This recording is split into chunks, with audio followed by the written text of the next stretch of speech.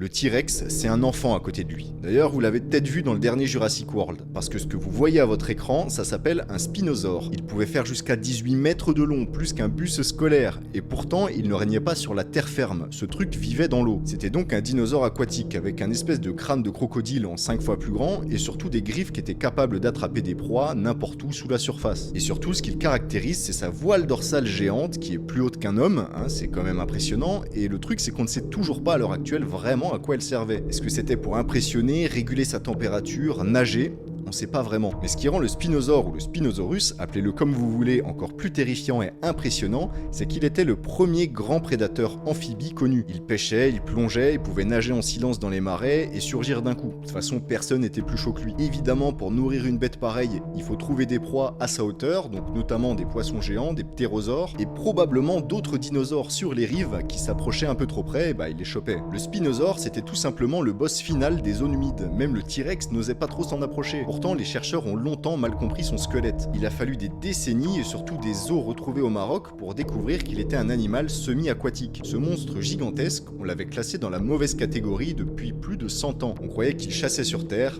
et en fait, il attendait sous l'eau.